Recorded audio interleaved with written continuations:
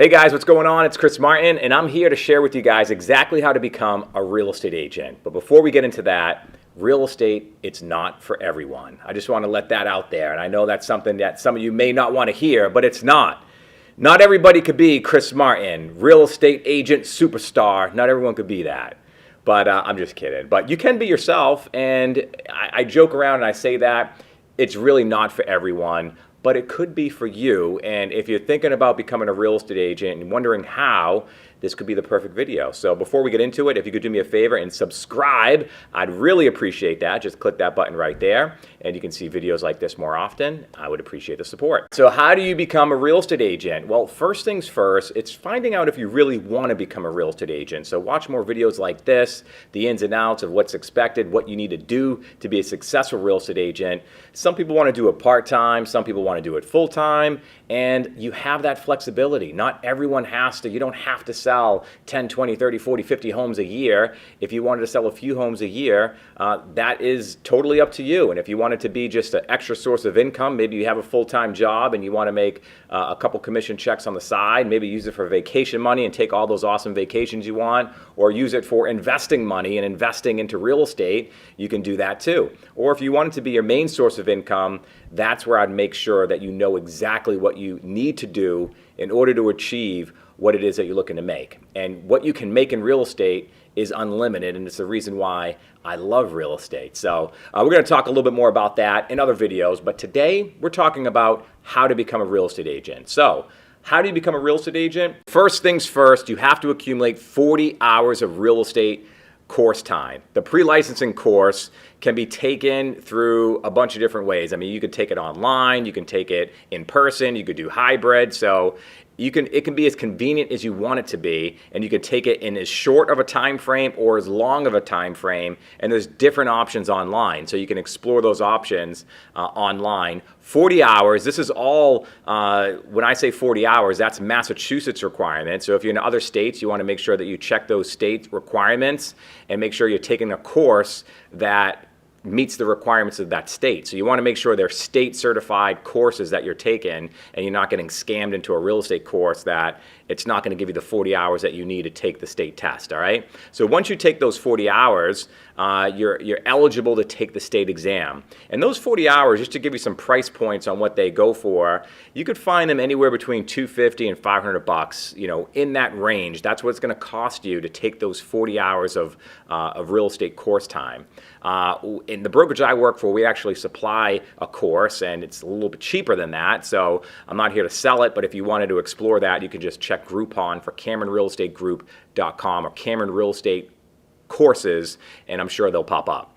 So you sign up for the courses, you complete the courses, the 40 hours, let's just say it takes you a week, 2 weeks, a month, however time it takes you, you now have the course time, and you'll submit that in order to take the state exam. There's a bunch of other documents that go along with that, and references and that sort of thing, just to make sure you're a decent person and you meet the requirements from the state to take the exam. Once you do that, you go in person to take the state test. It costs somewhere in the neighborhood of about $150. So you're looking at $250 to $500, and then $150 for the state exam. And again, there's some Groupons out there, like I mentioned before. So if you check those out, you might even be able to get a course under $200. So you have $200, $250, and then you have the $150 for the real estate test.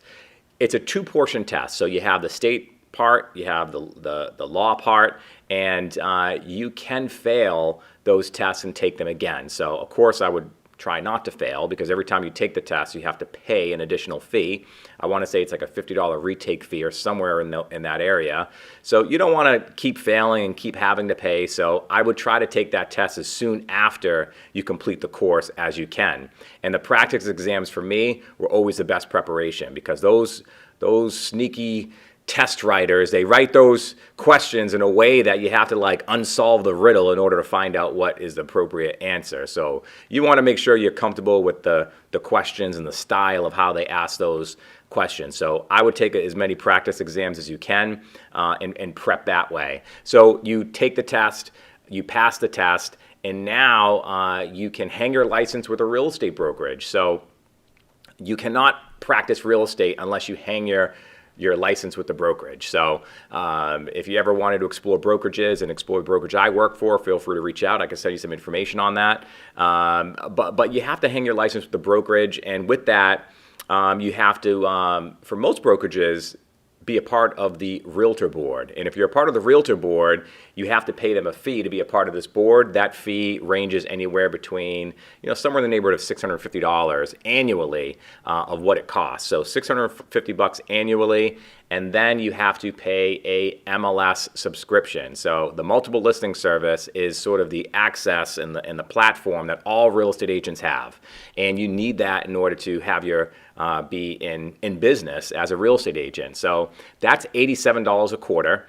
So $350, give or take, a year. So you have the $350 a year, you have the $650 for the realtor board, you have the test, $150, and then you have the pre-licensing course for, somewhere in that $200 to $500 range. So, you're looking at a little over $1,000, $1,200, $1,300, $1,400, somewhere in that neighborhood, all in on your first year in real estate as far as expenses. So if you calculate those, you might come to a different answer. I'm not that great at math, but that's why I sell real estate. I can calculate a commission, that's for sure. Still, with all that in mind, it's still kind of a low startup cost business. When you think about this is a business, you're self-employed, even though you work for a brokerage or work with a brokerage. I never like saying working for a brokerage. I like saying working with a brokerage because, again, you're an independent contractor. You don't have to punch in and punch out. You are your own boss. And with that, you're your own business. You're building a business. And even though, it might cost you a little over $1,000 to get started in real estate, it's still a relatively low startup cost because, when you look at other businesses and how, what it costs to get started with those businesses, it can be a lot more. So that's not counting, some marketing material as far as business cards and that sort of thing. But, that stuff can always, come as needed. And the good part about real estate is if you do one transaction, usually that will cover your whole year of expenses and then some. So if you do one transaction, you're actually already in the plus, and it carries the cost of whatever it costs you to get up and running. So that's pretty much in a nutshell the breakdown, kind of big picture, really diving into it, what it would take money-wise and requirement-wise to get your real estate license here in the state of Massachusetts. So if you're thinking about it, you could get your license if you wanted to get your license as soon as possible. We're looking at a couple of months in order for you to get signed up for class, complete your class, take your test, and hang your license with a brokerage. If you're looking to accelerate that process, I feel that you'd be able to do it in a couple of months as long as you're determined to do that. And then from there, it's just a matter of how are you going to be a successful real estate agent. So if you're thinking about being a real estate agent, hopefully this video helped you in giving you guys a breakdown of what it actually takes to be a real estate agent. We're going to be doing other videos. That's what it takes to be a real estate agent. This test that you prep for, it's all questions that really have nothing to do with you being a successful real estate agent. This is all preparation of passing the test, all right? It's nothing to do with you being a successful real estate agent. That's a whole nother different category, right? And that's where your brokerage comes into play. When you're looking for a brokerage and who do you hang your license with, you want to start asking those questions, of what type of training you're going to get with that brokerage. Are there any lead opportunities that you'll get outside of whatever you're self-generating with your network and your marketing? Are there any lead opportunities that the brokerage will give you? Also, commission splits. What do those look like for newer agents? Because that's, these are basically the biggest questions that I would have.